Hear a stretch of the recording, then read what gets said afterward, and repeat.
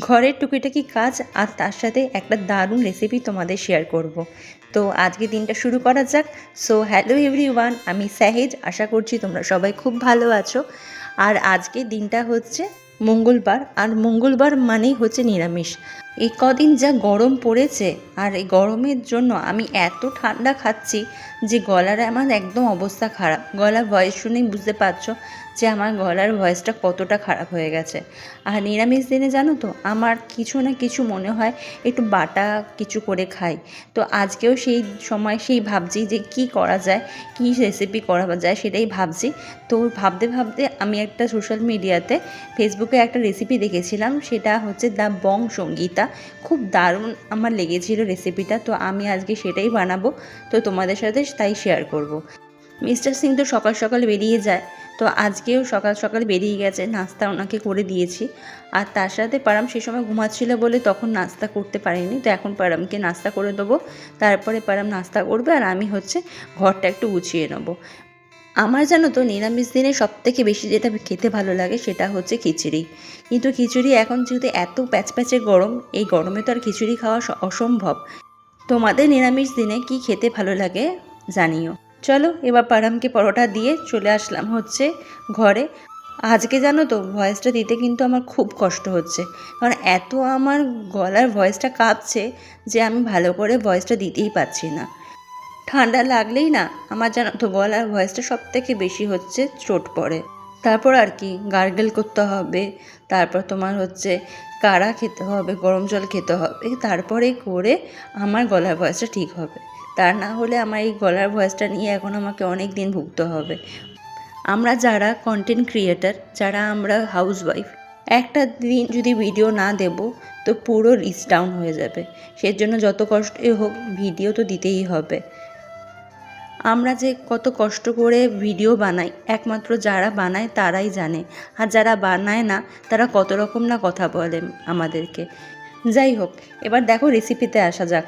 আমি রসুন ছিলে দিলাম, 4-5 কোয়া রসুন দিলাম, আর দুটো হচ্ছে ছোট ছোট পেঁয়াজ ছিল আমার কাছে, তাই দুটো পেঁয়াজ কুচিয়ে দিলাম।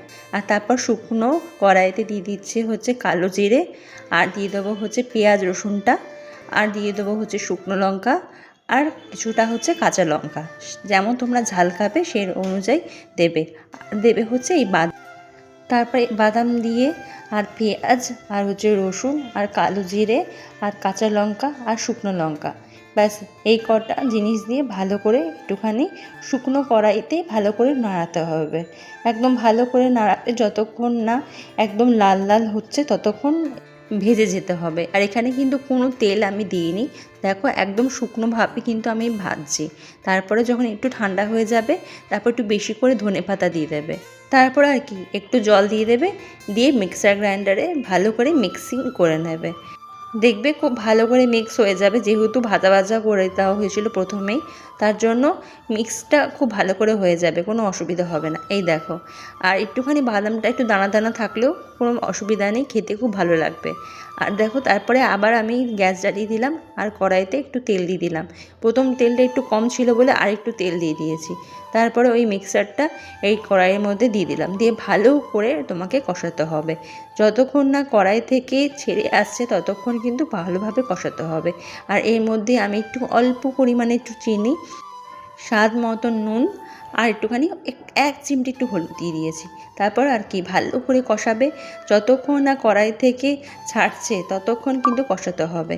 তারপর দেখো দেখতেই পারবে যে বুঝতে পেরে যাবে যে তোমার এখন এটা কিন্তু কষানো হয়ে গেছে। এই দেখো কড়াই থেকে কিন্তু মোটামুটি তেল ছেড়ে দিয়েছে আর পুরো জলটাও কিন্তু টেনে নিয়েছে।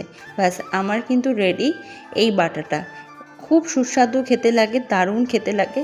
আমি কিন্তু এই প্রথমবার এটা বানিয়েছি আর প্রথমবারই কিন্তু আমি ফ্যান হয়ে গেছি। আর আজকে দুপুরে দেখো এই ছিল ভাত আর হচ্ছে এই বাটা যেটা আমি বানিয়েছিলাম, আর হচ্ছে আলু সয়াবিনের হচ্ছে তরকারি। আলু সয়াবিনের মধ্যে আমি আলু নিইনি, শুধু সয়াবিনটা নিয়েছিলাম, নিয়ে আমি খেয়েছিলাম। যেহেতু আজকে শরীরটা ভালো ছিল না তাই নিজের জন্য আর কিছু বানাতে ইচ্ছা করেনি। আর দেখো এই হচ্ছে আমি এবার ট্রাই করব, ফার্স্ট টাইম অনেস্ট ফিডব্যাক দিচ্ছি, খুব ভালো হয়েছিল খেতে। একবার ট্রাই করো আর আমাকে জানিও কেমন হয়েছে। আর যাদের মনে হবে আমার পাশে থাকার তারা আমার পাশে থেকেও লাইক করো, কমেন্টস করো। বাই, আবার অন্য কোনো গল্প নিয়ে আবার আসবো। টাটা।